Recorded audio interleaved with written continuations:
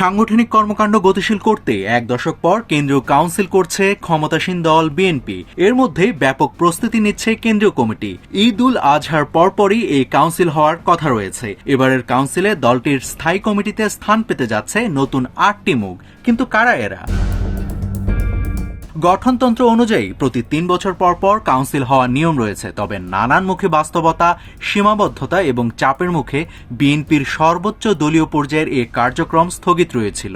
সর্বশেষ ষষ্ঠ কাউন্সিল অনুষ্ঠিত হয়েছে ২০১৬ সালে। এবার হতে যাচ্ছে সপ্তম কাউন্সিল। এই উপলক্ষে উৎসবের আমেজ ছড়িয়ে দেওয়া হবে রাজধানী ঢাকা শহর সারা দেশে। কিন্তু আবারও সেই কাঙ্ক্ষিত প্রশ্নে ফেরা যাক, বিএনপি স্থায়ী কমিটিতে নতুন কোন ৮টি মুখ স্থান পেতে যাচ্ছে? বিএনপির বিভিন্ন সূত্র বলছে, আলোচনায় রয়েছে রুহুল কবির রিজভী, শামসুজ্জামান দুদু, আব্দুল আওয়াল মিন্টু, জয়নুল আবেদিন ফারুক, শহীদুদ্দিন চৌধুরী এনি, সৈয়দ মুয়াজ্জেম হোসেন আলাল ও হাবিবুন নবী খান সোহেলের নাম। পরবর্তীতে বিভিন্ন প্রেক্ষাপটে স্থায়ী কমিটির সংখ্যা আরও বাড়তে পারে। কিন্তু এই নতুন মুখ কেন আসছে আর এই পরিবর্তনগুলো কেন হচ্ছে, চলুন ব্যাখ্যা করি আপনাদের।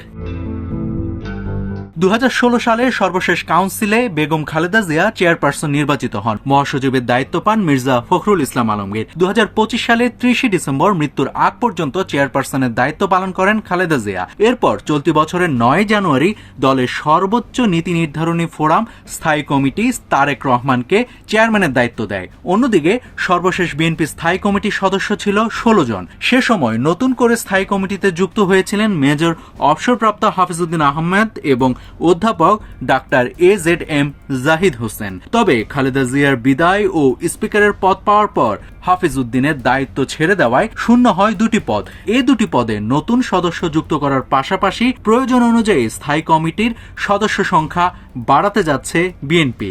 তাছাড়া কমিটির কয়েকজন প্রবীণ সদস্যকে চাপমুক্ত করার জন্য অব্যাহতি দিতে পারে দলটি। স্থায়ী কমিটির সদস্য নজরুল ইসলাম খান জানান, অতীতের চেয়ে এবারের কাউন্সিল নিয়ে প্রত্যাশা অনেক বেশি। বিগত ফ্যাসিবাদের সময় সাংগঠনিক কাজে নানান ধরনের প্রতিকূলতা ছিল। এবারের কাউন্সিল হবে উৎসব মুখর। নাভিদ হাসান, সোনালী নিউজ।